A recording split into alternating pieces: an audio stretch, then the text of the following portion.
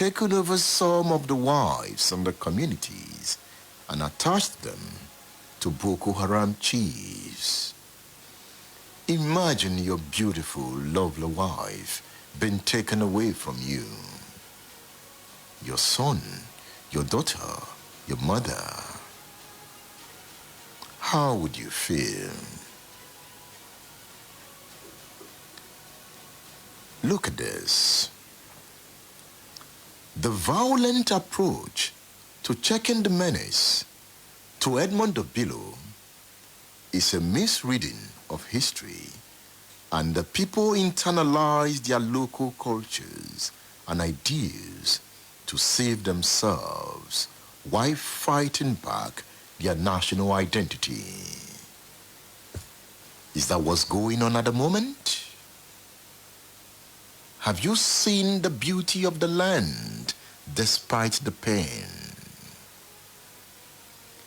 Under this condition, the armed forces is strained as deployment gets steadily longer, as retention rate and recruitment standards fall, and the army lose its genius. The army kills to survive, and non-state actors kill to live. Oh, they kill themselves in the process, denying the state the services of young persons born to build it, and national productivity nosedives as the country gets poorer. The army of a poor state is a tool of violence against its people, forgetting that peace and progressive power rest on economic strength. With unemployment above 30%, how many Nigerians will be killed to bring victory to the military against the people it was set up to protect? The point is that sustenance of peace is dependent on a country's productive capacity. It's about the dynamism of the economy. As Buhari talks of lifting 100 million Nigerians out of poverty, he buys more guns to shoot creativity and innovation out of them, and they grow poorer from the pandemonium that ensues. It's my land, it's my people, they are our sons, they are our daughters. When the economy is robust, peace becomes inevitable.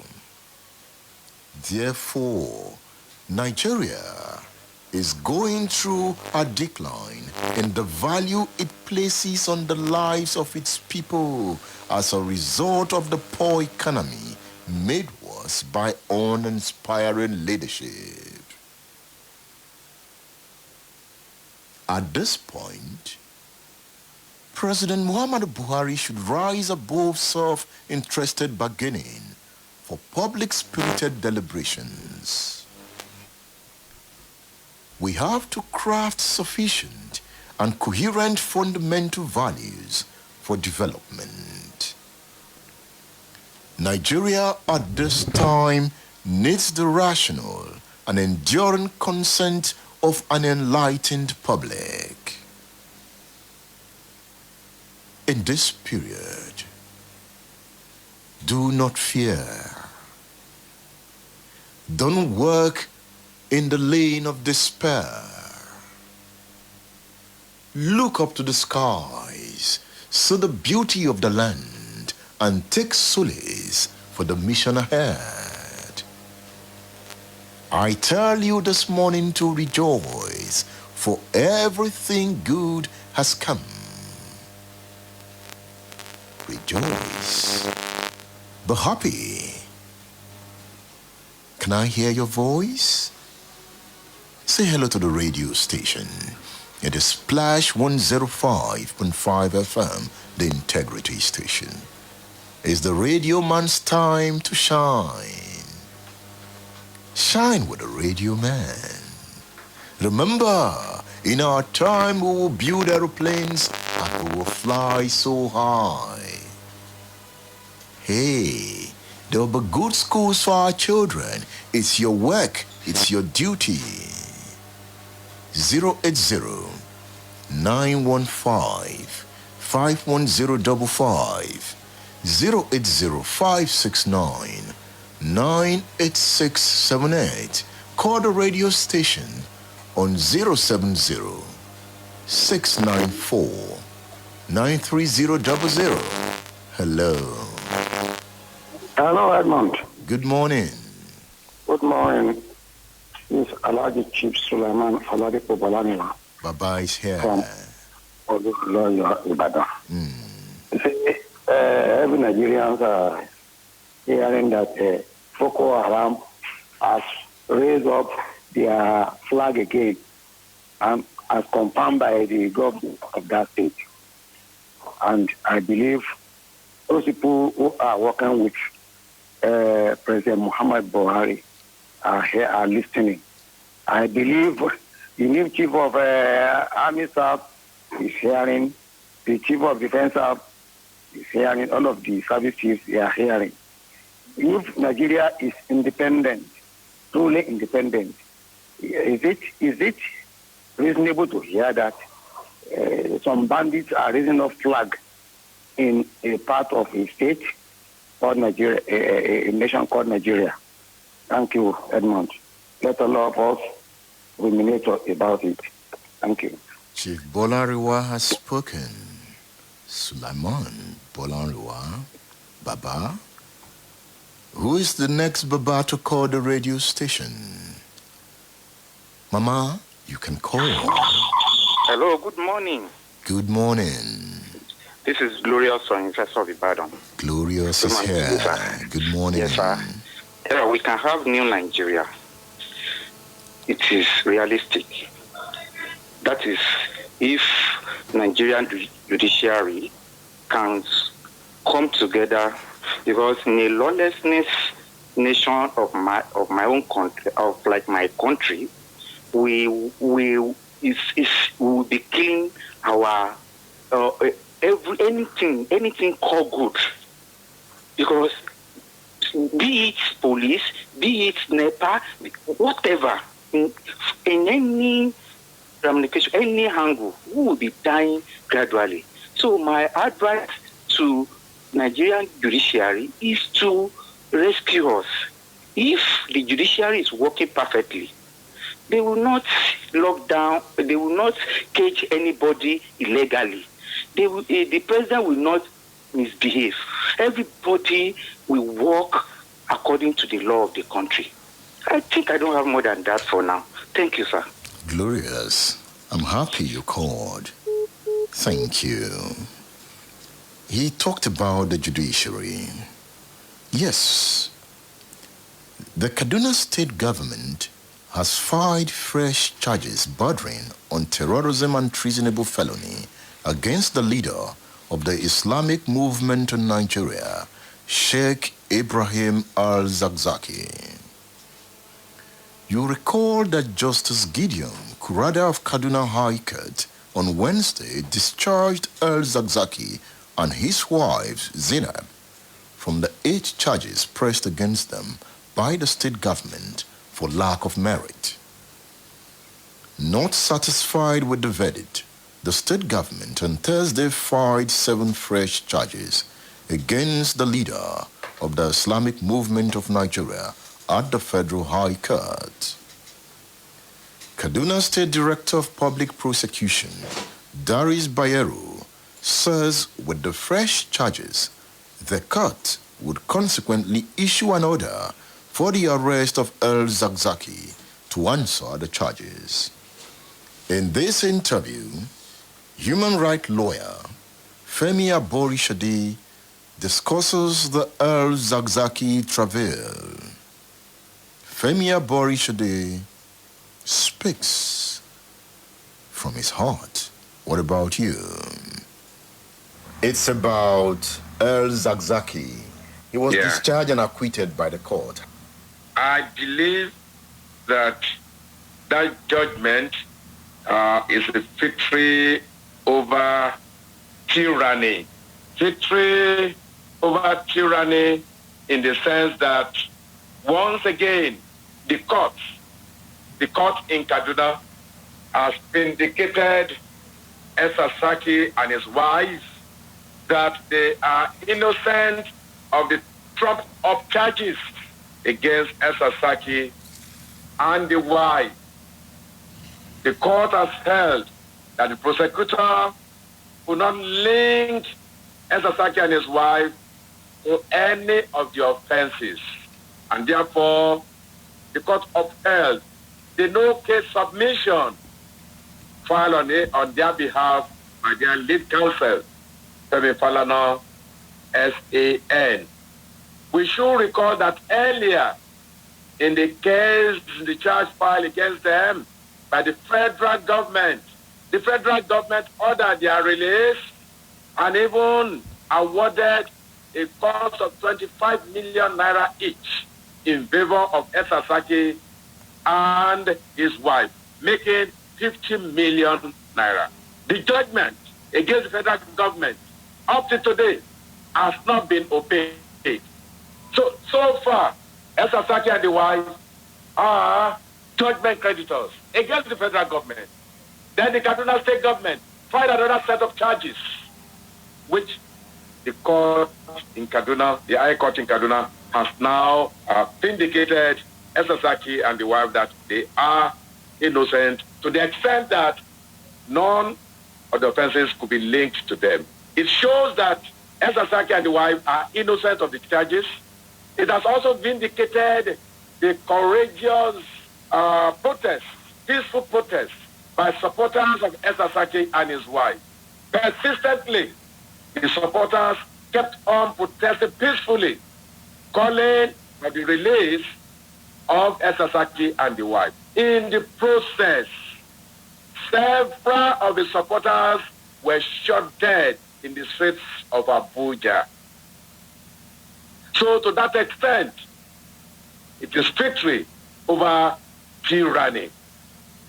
I insist, I am not a member of IMN, Islamic Movement of Nigeria, led by Saki.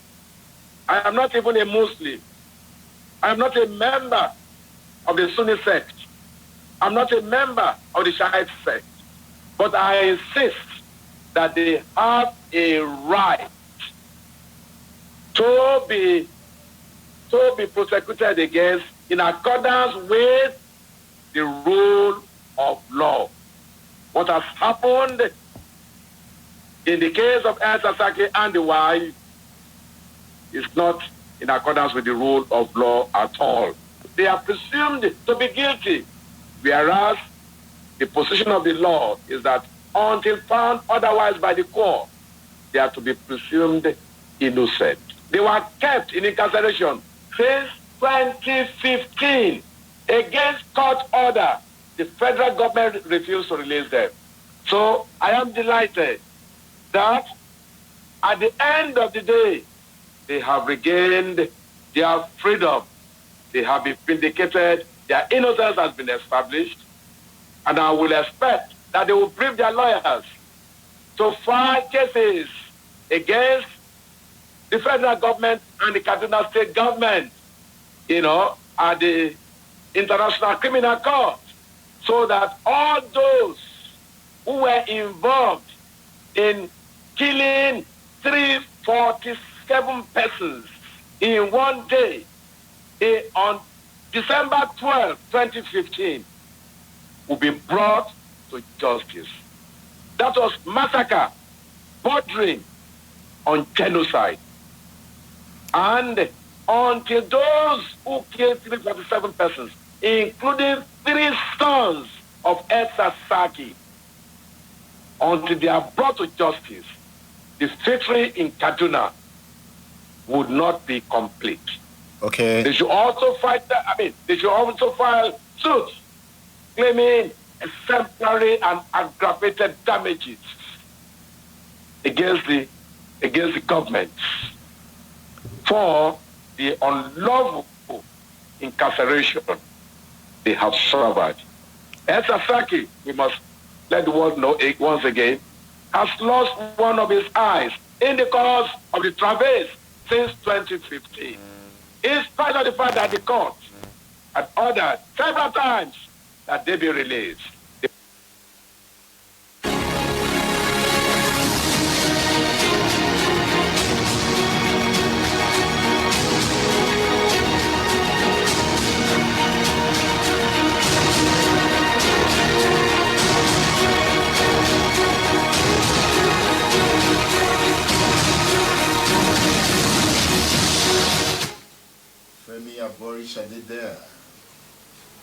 Femi Aborishadida, talking about El Zagzaki, events and time, persons and places.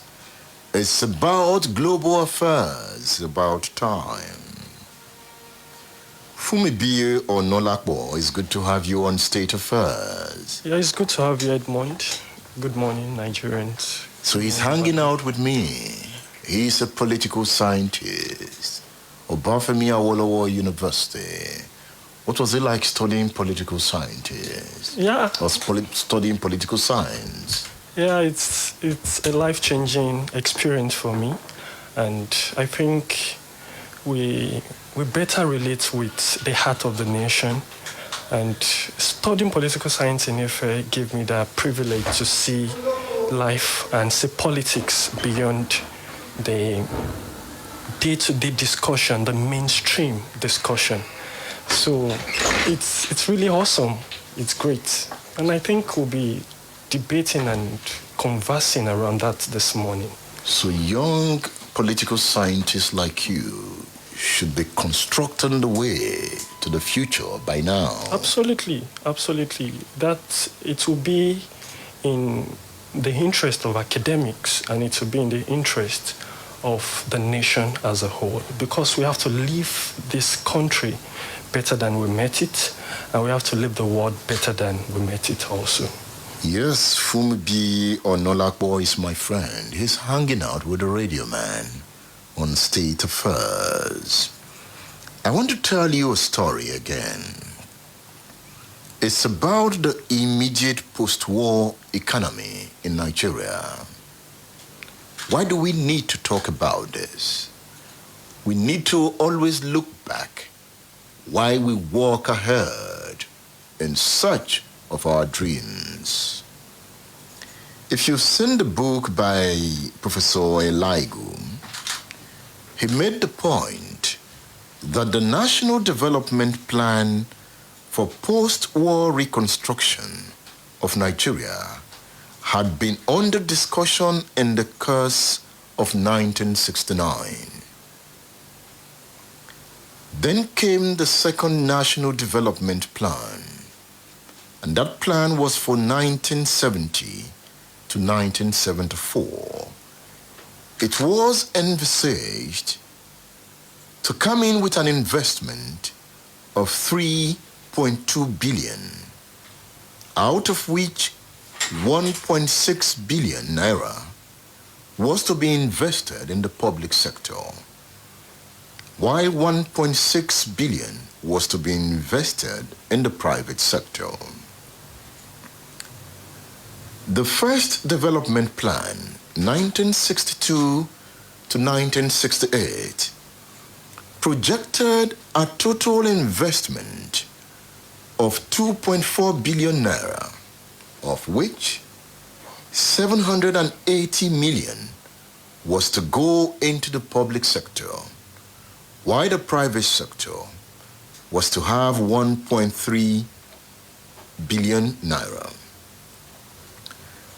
The reason for these statistics is to show the opportunities for entrepreneurship to grow in Nigeria until policy somersaults became the problem. Remember, the Nigerian currency was changed by the administration of Gowon in 1973 from pound, shilling and pence to naira and kobo. At this time, the naira competed in terms of value with the dollars.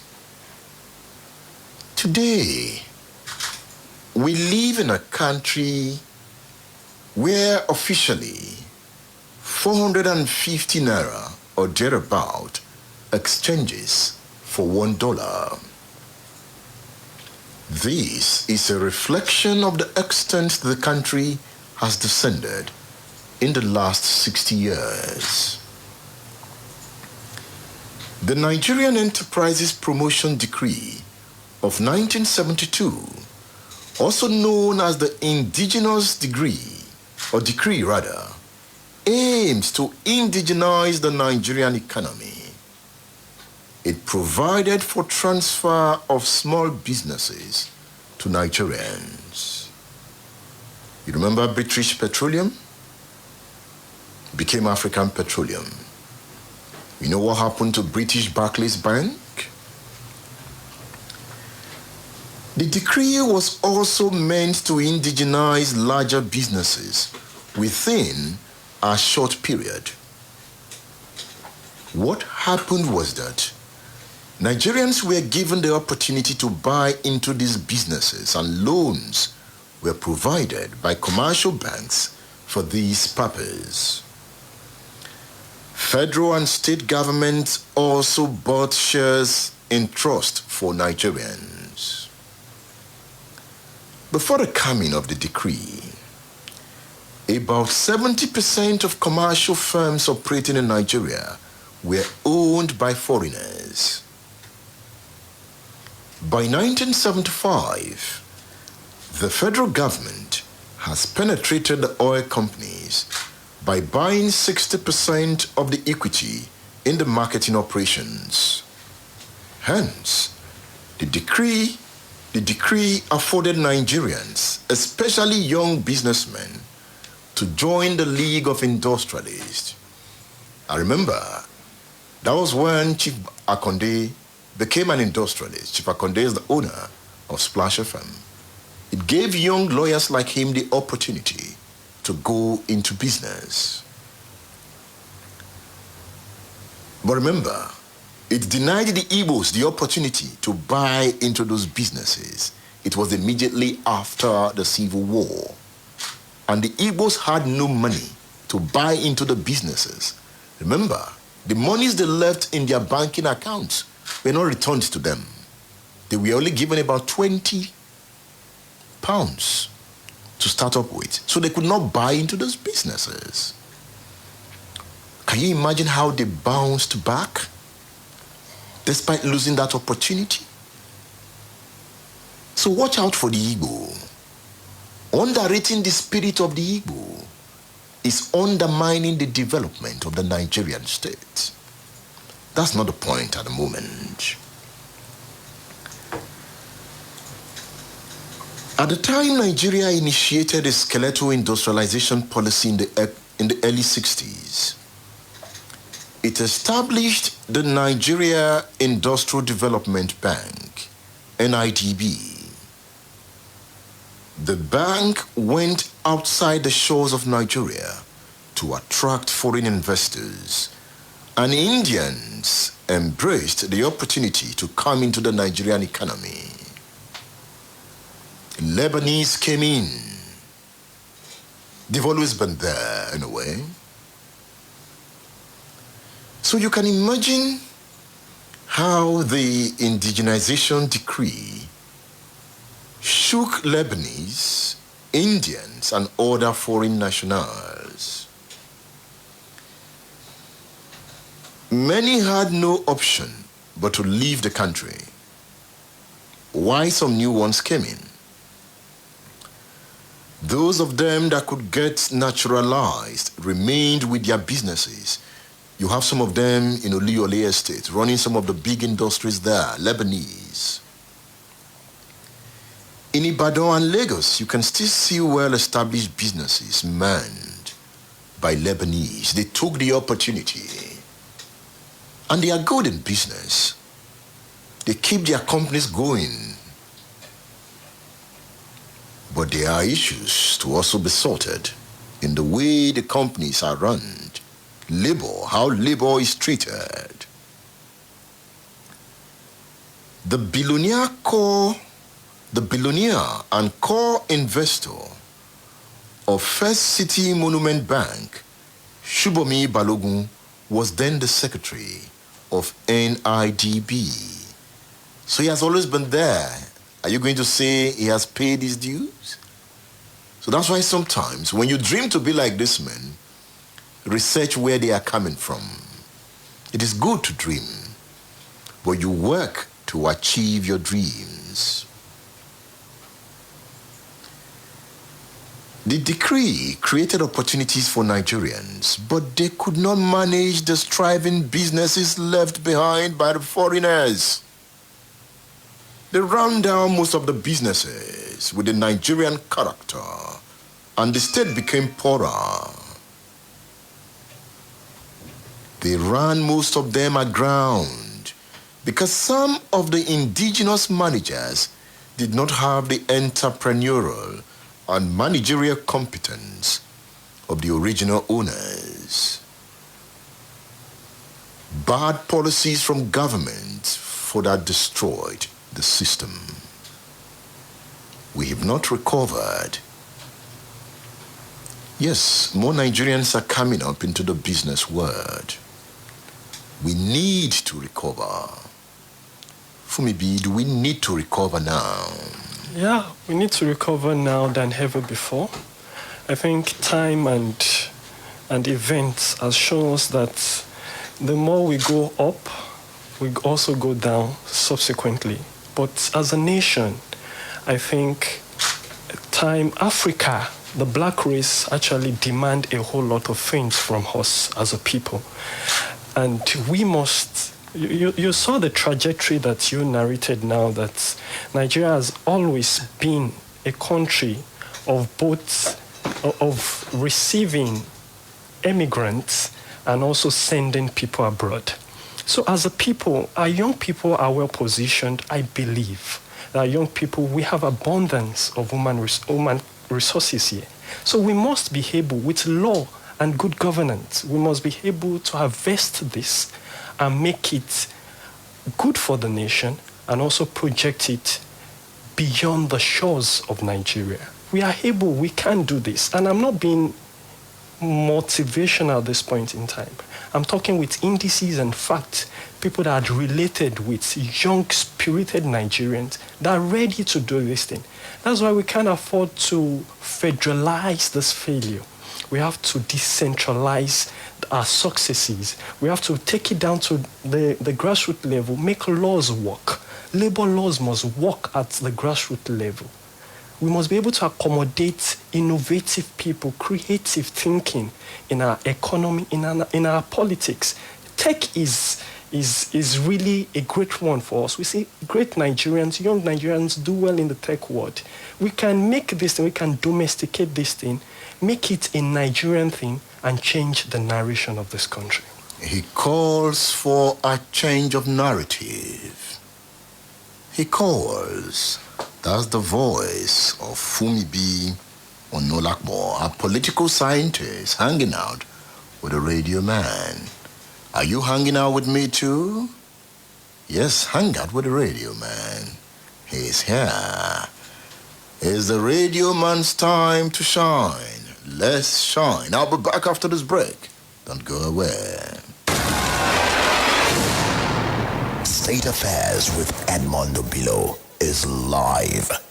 Splash FM 105.5. Calling on all streamers, gamers, and heavy data-based